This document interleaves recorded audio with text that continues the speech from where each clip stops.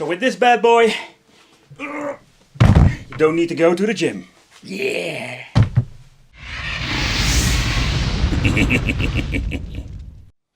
Hey, welcome back to the channel. It's just awesome that you're tuning in.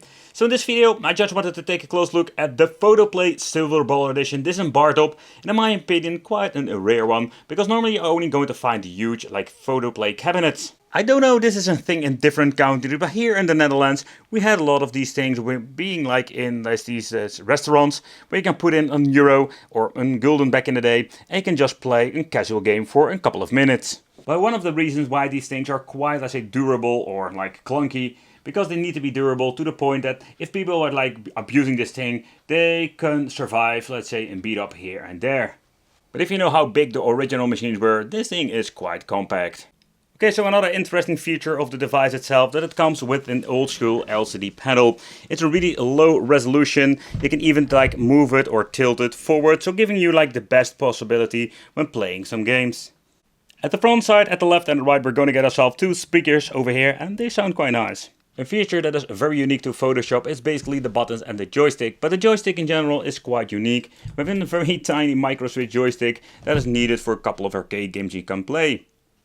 Then we're having like 3 buttons on each side, and the reason why, because some of the games will utilize only 1 or 2 buttons they can use on both sides, depending if you're left-handed or right-handed.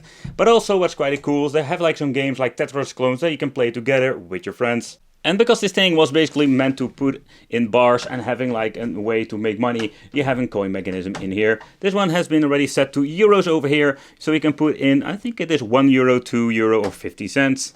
Where we're having the cabinet over here, that we can open up with the keys, so we can get into the coin basket over here to get the money out. I have to be honest, no idea which freaking... I have no idea which one it is, so let's check it out. Okay, so let's open it up and let's show you the inside. And the first thing I find very cool with these devices, they're like made very robust. Even like the coin collector. Let's get this thing out. The unfortunate thing, it's still filthy. I think I need to clean it up. But again, this is basically the way how you get your money out. Okay, so here at the side, we even having like a mechanism that is making contact with the draw itself. You're going to pull it out. I think it will give you like an error message. And under here, we find the counter will show you how many coins have been entered. I think it's a lifetime counter. And over here, we can basically like connect your computer. I think it's more like for software updates and stuff like that. And yeah, the reason why is very simple. It's like you don't need to open up the machine itself. But I find quite interesting that there is like a tiny connector over here. So I think it's also like for basically reading out the system. It's quite interesting they put it all the way over there. But take consideration, this thing is running on some old school tech, because these things are quite old. But beside that point, another thing is quite interesting. I didn't find any game that utilized it, but the thing have even a webcam built in the inside. But let's boot up this bad boy. And the reason I just wanted to show you the boot up is very simple, because this is from really old school tech. It even runs, on the Windows XP. It just shows you when booting it up. Another thing I've noticed, there is some interference when getting into the Windows. And I think they are using some old school GPU tags. It's mainly like onboard. Here we have it like Windows XP. Oh boy. So yeah, later on we'll explain also like we're doing teardown. I tried to do some modification with it, because this thing has some potential to do some other cool stuff. The weird thing is the camera don't really pick it up, the interference. And this loading will take up, I think it's like 3 or 4 minutes. It's quite long, with other devices having, like say, another brands that have like touch capabilities. But let's take a close look at the menu itself, because it does look very nice. So we do have like different languages: German, English, French and Dutch. Especially the Dutch part, it's quite cool that we have like Dutch on the machine. Like mostly I think it's English. They're basically selling it, I think it's like even European-wide, not worldwide. So they have like the menu having like all kinds of different games. The card games have like their own unique music. Here we have like the cool one, like the other stuff, like I think it was even like the Tetris, more versions. We even have like an extra row of extra games. Picture games. Picture games, absolutely cool. I love it, like stuff like Shift It, Match It. Finding the differences. The finding difference are quite difficult with this one. Here we're having like the arcade one, Bomb Jack, Mini Golf, Tennis, you know, like the most weirdest stuff you can even play on your tablet. And here like Trick Combat is actually like in Tetris. Word games. I love it, man. I love the soundtracks. So there are quite a lot of different ones over here. I'm particularly like a big fan of the arcade one. And yeah, we have a game like Pang. That's basically like Pong, Super Pang, that we know of the real, let's say, like arcade games. Jukebox. This feature doesn't boot up or doesn't do anything, but even this thing has the option for having a jukebox. I think it like freezes for a couple of seconds or maybe a minute or so and just go back into the menu, which you can see over here. It's quite innovative. Here you see like the option even to having like internet, so we can like put in a credit, go online, search for stuff. So with Photoplay, where we started with some basic games, they want to implement more and more stuff. You have even like some free, let's say like space over here that do not implement new stuff. So kind of interesting in my opinion, what you can all do. This is more like the top 12, one of the most played games on the machine itself. Another thing is that we do have like the option to play alone or with friends or with each other together. Depends on what kind of game you're playing. Just touch it, put in a credit if it's set to not for free play, and you can just play your games. I really love this game. It's more like a knockoff game when it comes to, I think it was like Bust a Move. Yeah, I think it was Bust a Move it was called. Okay, let's see if we can do anything with this. But all of the games are just super basic. So much fun. Everybody can just play this. I love it. Let's see if we can make this special move. Come on, here we go. Crap. Nope. I lost my mojo with this. Here we go. And that's basically where this extra joystick is for. Give the gameplay some different dimension. You can also use the touch with some older version maybe, but they implemented some keys for this. And every single time you have ended a game, you will see this outro. And you can put in your high score.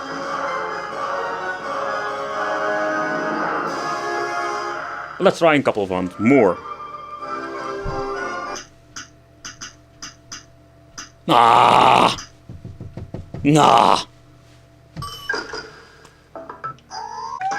Okay, I just wanted to check out this Tricks Combat. Basically Tetris. And on the downside of this, you need to play this with 2 players. It's kind of stupid to be honest. So it shows like how you need to play. So the way how you need to play is quite interesting. So you need to navigate your blocks from left to right with these buttons. You can switch it by pressing the right one. But if you're going to hold it, then it will drop automatically faster. So it's quite an interesting way how to play. I'm just going to be honest, I've been playing a little bit before recording. So yeah, so it's kind of interesting to see. What's kind of funny. Unfortunately, so far I know you cannot play against the computer, so you're stuck with this option. But let's get to another game. Another game I love to try out is Pang, but I'm completely messing this one up. Okay, let's see if I can actually play this game. Okay. It's super simple. You just need to pop the balloons, pop all of them. Don't get power-ups. It's exactly the same like the arcade version. But it's kind of interesting though. They do call this game Arkanoid, so it does have the original. 4 players in total. Let's go with 1 player. So the same thing is going on with this game. You just need to press the buttons. The joystick doesn't do anything whatsoever, but it's just a basic Arkanoid game. But this thing is filled with like old school classic ones, so everything steer with the keys. So again, we can basically play in 2 ways. It's kind of weird, like with the previous game we couldn't play it at all with the freaking like buttons and the joystick combined. It's absolutely like a horrible version when it comes to the graphics. Let's see how far we can play. Oh, that's it. Oh, we got bombs at the side. Come on, come on. This looks so really like Windows XP, but it's kind of funny. And we can just exit the game like that. Let's see if we can go exit. Exit. Yes, thank you. But there is also a Tricks, and Tricks is just basically the version that we don't need to play against each other. Of course, the other one was called Combat. We have the normal game and the game 25. I think it's like the 25 lines. So this is the game that we have played before. See, it just doesn't do anything. Okay, so next up, let's take a close look at just a weird looking Pac-Man clone. This is called a Munchman. The sound effects. But the overall gameplay is exactly the same like the original one. You can warp to the other side. They even implemented some cool, like say, looking warp signs. The power-ups. To get the feeling he's eating cookies all the freaking time you're playing this game. I wonder how they get these sound effects. And of course we have an old school 9042. But the weird thing is like, and this has like a lot of similarities with the original games, but this one is quite difficult. Another thing is when you're not like steering it to automatically go backwards, it's kind of interesting but also kind of annoying. But you need to be very careful, very tactical, just to think through like how you're going to move, because they're going to shoot anyway. So you cannot be hit of course by the ship because you're a plane, but still they are very nasty when it comes to the bullets. You have power-ups like with the original games.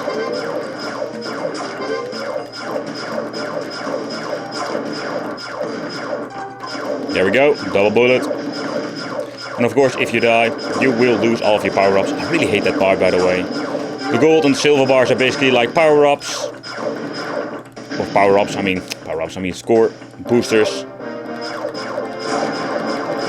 Ah, crap! That's what I mean.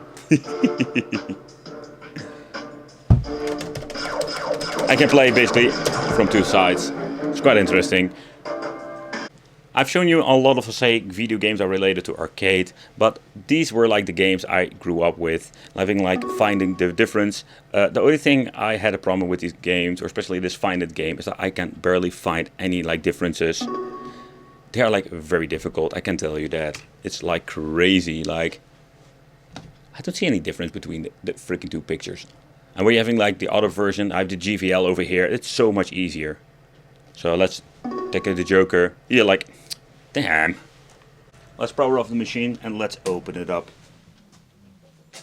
So at the front we're going to get ourselves the lock for opening up the machine itself. And I can tell you, opening up, it feels like a big car hood, because that's actually how heavy this thing is. Alright, let's open it up.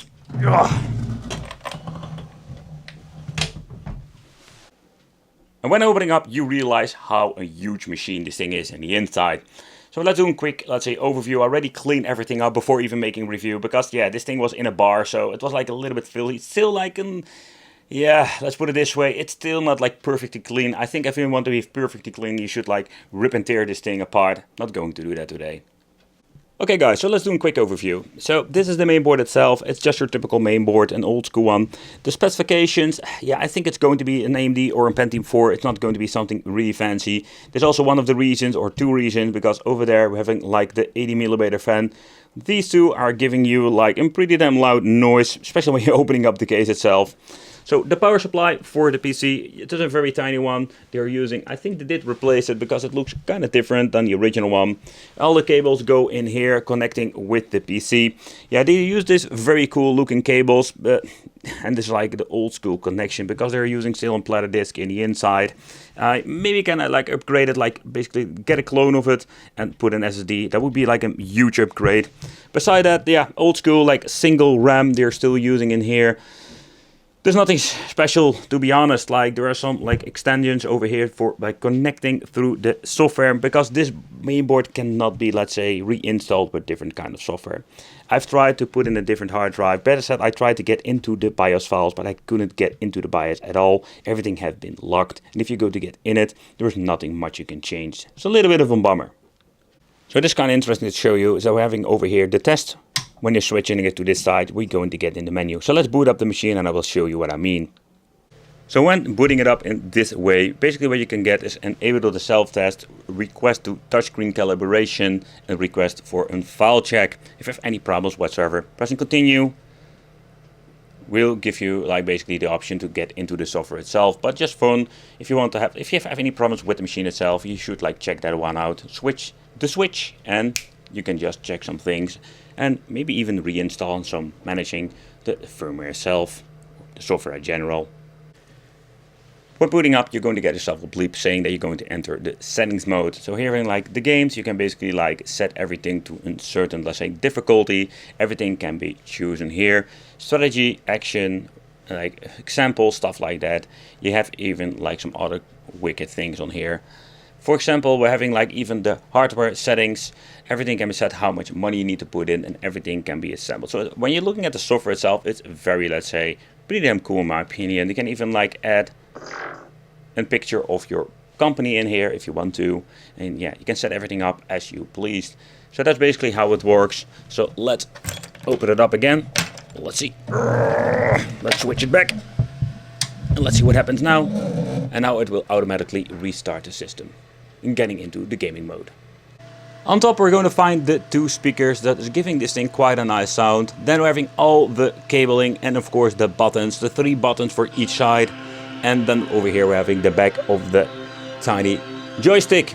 Everything have been connected with special connectors, which you can see over here. Over then we're having the tiny PCB that's basically for like adjusting the monitor. They even put a sticker saying what it will do. And at the right side we do having the coin mechanism that have been implemented in this machine.